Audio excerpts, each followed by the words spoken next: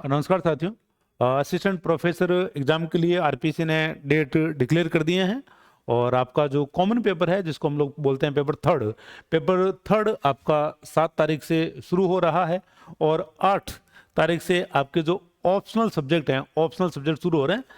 7-12 से आपका जो पेपर थर्ड है वो फिर आगे 8-12 से लेकर के 20-12 तक, मतलब कि 20 दिसंबर तक ये जो पेपर हैं ये पेपर आपके होने वाले हैं। और कॉमन पेपर जो है वो एक ही दिन है और एक ही पेपर है।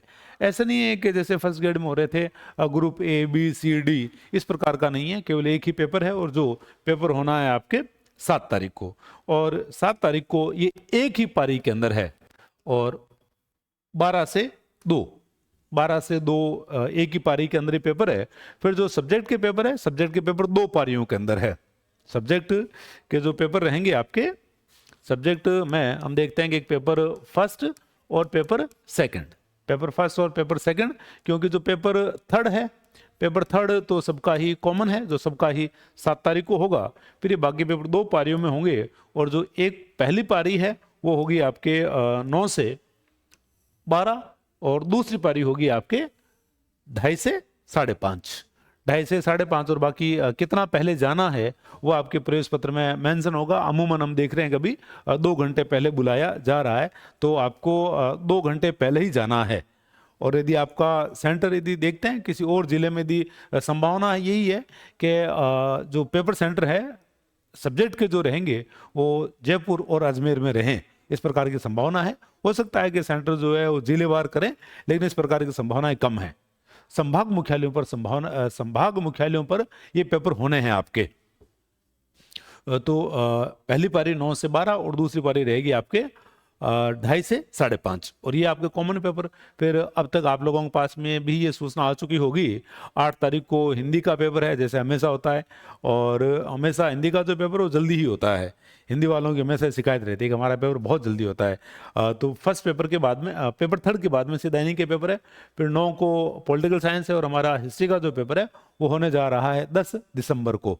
फिर इंग्लिश, फिजिक्स, जूलॉजी, म्यूजिक, इनमें ज़्यादा स्टूडेंट नहीं है तो ये चारों ही जो पेपर है 11 दिसंबर को है। फिर संस्कृत, उर्दू, लॉ, केमिस्ट्री और बॉटनी ये 12 तारीख को है। फिर आप देखें कि बॉटनी, इकोनॉमिक्स और होम साइंस ये 15 तारीख को है। फिर एक 3 दिन का गैप आ गया। फिर mathematics, economics, administration and financial management EAFM और फिलोसॉफी और टेक्सटाइल एंड पेंटिंग ये सारे 16 को है। फिर ज्योग्राफी का 17 को है। Accounts and business statistics ABST और सोशियोलॉजी का 18 को है। और business administration, drawing and painting, statistics के जो पेपर 19 को हैं। और public administration, Persian, garment, production and export management, dance और साइकोलॉजी के पेपर होने आपके 20 दिसंबर को। ये तो देखो पेपर की बात हो गई। और ये टाइम टेबल जो है ये पूरा का पूरा आप मेरा जो टेलीग्राम चैनल है, आप मेरे टेलीग्राम चैनल से भी ये टाइम टेबल आप प्राप्त कर सकेंगे। 2 पारियों में ये जो पेपर ये पेपर होने हैं। अब आपके एग्जाम के अंदर जब आज हम लोग बात कर रहे हैं तो आज हम देख रहे हैं कि 6 नवंबर है 6 नवंबर में हम लोग बात कर रहे हैं। और अब पूरे जो 30 दिन हैं, पूरे 30 दिन ही आपके पास में बचे हैं। अब इन 30 दिनों के अंदर यदि आपको कोई ये भी कह देना कि ये लो तुम एक किताब और इसमें से तुम्हारे जो पूरे सवाल आने हैं, तो मेरी सलाह आपको यही है कि आपको किताब नहीं पढ़नी चाहिए। और क्यों? क्योंकि अभी एक बार यदि आप कोई चीज पढ़ते हो तो एक बार में हम देखते हैं कि उतना जो है उतना याद नहीं रहता है। तो अब नई जो पाठ्य सामग्री है, नई पाठ्य सामग्री से बिल्कुल बचना चाहिए। और नए के रूप में आप केवल करंट पढ़ सकते हैं। करंट जो है, करंट हमेशा लास्ट में पढ़ना चाहिए, नया पढ़ना चाहिए। तो नए के तौर पर केवल आप करंट पढ़ेंगे। करंट के अलावा आपके सब्जेक्ट की या पेपर थर्ड की जो पाठ्य सामग्री है वो आपको नई पढ़नी है, केवल करंट के अलावा। अब तक आपने जो पढ़ा है उसी में आप बिलीव कीजिए, उसी में आप विश्वास कीजिए। आपने नोट्स पढ़े हैं, आपने बुक्स पढ़ी है, आपके द्वारा पढ़ी गई पाठ्य सामग्री पर आप लोग पूरी तरीके से विश्वास कीजिए। नई पाठ्य सामग्री पर हरगिज नहीं जाना है, चाहे आप बुक्स के साथ रहे हो, चाहे आप नोट्स के साथ रहे हो। और आप कोशिश करें कि इन दिनों के अंदर यदि आपका सब्जेक्ट छोटा है तो आप उसको 2 बार दोहराव करने का प्रयास करें, उसको रिवाइज करें आप। यदि आपका सब्जेक्ट बड़ा है तो आप उसको कम से कम एक बार आप उसका दोहराव कर लीजिए, एक बार आप उसको पढ़ लीजिए, या जितनी बार आप पढ़ सकते हो उतनी बार आपका जो सब्जेक्ट है आपको रिवाइज करना चाहिए। और अब आपको कोई नई यदि टेस्ट सीरीज वगैरह यदि कोई कहे तो नई टेस्ट सीरीज भी अब आपको ज्वाइन नहीं करनी है। लेकिन आप जो ओल्ड क्वेश्चन है, पुराने जो पेपर हैं, पुराने पेपर आप देख सकते हो। बाकी यदि किसी का मॉडल पेपर बनाया हुआ तो वहां आप नहीं जाना चाहिए, क्योंकि कई बार क्या रहता है कि मॉडल पेपर के नाम पर वो टफेस्ट जो क्वेश्चन है वो आपको दें, तो वहां आपको अब फंसना नहीं है, वो आपके कॉन्फिडेंस को लूज कर लेते हैं। तो नई टेस्ट सीरीज या नए मॉडल पेपर हैं वो अब आपको मार्केट से खरीदने हरगिज नहीं चाहिए। और आपको जो पुराने क्वेश्चन है, पुराने क्वेश्चन यदि आप देखना चाहें तो पुराने क्वेश्चन आप लोग देखें, क्योंकि कई बार हम देखते हैं कि जो क्वेश्चन हम पढ़ करके जाते हैं वो क्वेश्चन जो है या उसके आसपास के जो क्वेश्चन वो परीक्षा में सीधे के सीधे आ जाते हैं। तो ओल्ड क्वेश्चन करने हैं, नई टेस्ट सीरीज या नए मॉडल पेपर जो हैं वो आपको लेने नहीं है। और आपको आपकी जो पाठ्य सामग्री है उसका जो रिवीजन है, रिवीजन अब आप लोगों को जितना आप कर सकते हैं उतना आप करिए। और अंतिम जो 30 दिन है, अंतिम 30 दिन के अंदर बिल्कुल किसी भी प्रकार का जो तनाव है, बिल्कुल किसी भी प्रकार का कोई तनाव नहीं लेना है। एक बात। दूसरी बात हम लोग देखते हैं कि कई बार क्या रहता है कि स्टूडेंट पहले ही टारगेट सेट करके जाता है, टारगेट सेट करके जाता है। वो ये सोचता है कि मैं पेपर थर्ड मैं इतना करके आऊंगा, मेरा सब्जेक्ट अच्छा है, मुझे वहां इतना चाहिए। अब इस प्रकार के जो टारगेट है, इस प्रकार के टारगेट आप हरगिज नहीं बनाइए। पेपर की नेचर क्या है भाई, पेपर की जो प्रकृति है, पेपर की प्रकृति यदि सरल है, पेपर यदि सरल है तो आपके अपना आप ज्यादा हो जाएंगे, और पेपर यदि कठिन है तो वहां आप जबरन जबरदस्ती ज्यादा करने की कोशिश नहीं करें। जो क्वेश्चन आपको बिल्कुल भी, जिन क्वेश्चनों का आता पता नहीं है, उस प्रकार के क्वेश्चनों को आपको हाथ नहीं लगाना चाहिए। क्यों? क्योंकि यहां भी हम देखते हैं कि जो पेपर है, पेपर के अंदर एक जो मिनिमम जो मार्क्स है, मिनिमम मार्क्स आपको लाने जरूरी है। यहां भी हम लोग देख रहे हैं जो क्वालिफाई करने वाला जो सिस्टम है, क्वालिफाई करने वाला सिस्टम आपके लागू हो गया है, मिनिमम जो परसेंटेज है। तो अब आपको बचना चाहिए, बिना मतलब की नेगेटिव मार्किंग आपको नहीं करवानी चाहिए। हाँ, आपको यदि आ ही नहीं रहा कुछ और आपको लगता है कि मैं तो पार ही नहीं कर पाऊंगा, तो वहां आप लोग यदि रिस्क लेते हो तो आप रिस्क लेंगे ही। और यदि आपको लग रहा है कि नहीं मैं पार हो जाऊंगा, तो फिर आपको रिस्क नहीं लेनी चाहिए। अब पेपर थर्ड हो गया। कई बार क्या रहता है कि बच्चे का पेपर थर्ड जो है, पेपर थर्ड ठीक नहीं जाता है, तो वो फिर क्या करता है कि पेपर फर्स्ट और सेकंड में वो एक टारगेट सेट कर लेता है कि मैं उधर से तो चला गया, मैं अब यहां इतना करूंगा। नहीं, ऐसा नहीं करना है।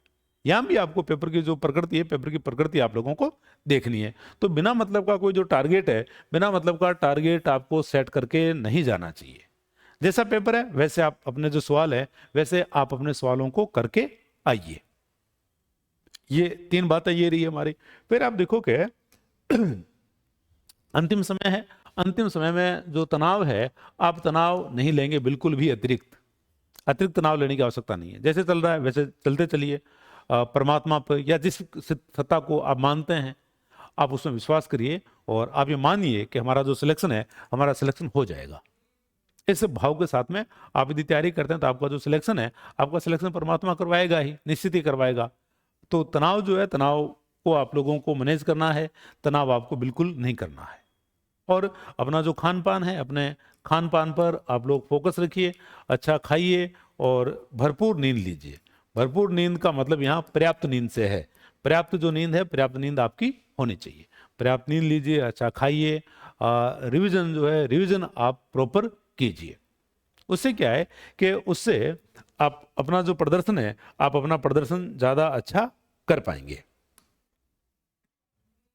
और यदि आपका सेंटर यदि आपके गृह जिले में नहीं आ रहा है, आपका सेंटर यदि बाहर आ रहा है, तो आप कोशिश कीजिए कि एक दिन पहले वहां पहुंच जाए आप, और खुद को फिजिकली आप वहां एडजस्ट कीजिए, मेंटली आप एडजस्ट कीजिए। ये मेरा आपको एक सुझाव है। और एक दिन पहले पहुंचे, और परीक्षा वाले दिन, एग्जाम वाले दिन भी आपको अपने परीक्षा सेंटर पर बिल्कुल एकदम टाइम पर पहुंचना है। आपके एडमिट कार्ड के ऊपर जितने भी निर्देश हैं, आजकल आप देखोगे निर्देश लगभग कॉमन ही है कि आपको स्लीवलेस जो शर्ट है वो पहन के जाना है, या टी शर्ट आपको पहन के जानी है, तो आप उनको फॉलो कीजिए। नहीं तो एग्जाम वाले दिन हम देखते हैं कि जो बच्चा है, बच्चे को शर्ट बाहर उसका उतरा दिया जाता है। हालांकि उतराना भी सेंटर की मजबूरी होती है, क्योंकि उनको भी जो ड्रेस कोड के लिए जो चीज़ें हैं वो उनको फॉलो करनी होती है, तो करेंगे ऐसा, और उनका करना गलत नहीं है। अब आप एक जिम्मेदार विद्यार्थी की तरह जाइए और जो ड्रेस कोड है ड्रेस कोड को आप फॉलो कीजिए बहुत अच्छे से। यदि आपको कहा गया ट्रांसपेरेंट पेन लेकर के जाना है तो ट्रांसपेरेंट पेन ही लेकर के जाइए आप, दूसरा पेन आपको लेकर के नहीं जाना है। आपके एडमिट कार्ड में लिखा हुआ आपको 2 घंटे पहले पहुंचना, तो आप 2 घंटे पहले पहुंचे, नहीं तो यदि आप ऐसा नहीं करेंगे तो आपको समस्या हो सकती है। इन हिदायतों को फॉलो करना बहुत ज़्यादा जरूरी है। और एग्जाम सेंटर में एग्जाम वाले दिन की यदि अपन बात करें तो आप भैया बहुत पहले पहुंच करके अपनी सीट को देख लें, क्योंकि कई बार हम देखते हैं कि हम यदि टाइम पे चले जाते हैं ना तो हमारी बैठने की जो स्टूल है या चेयर है वो यदि थोड़ी मोड़ी यदि गड़बड़ होती है ना तो हम पड़ोस वाले से चेंज कर लेते हैं।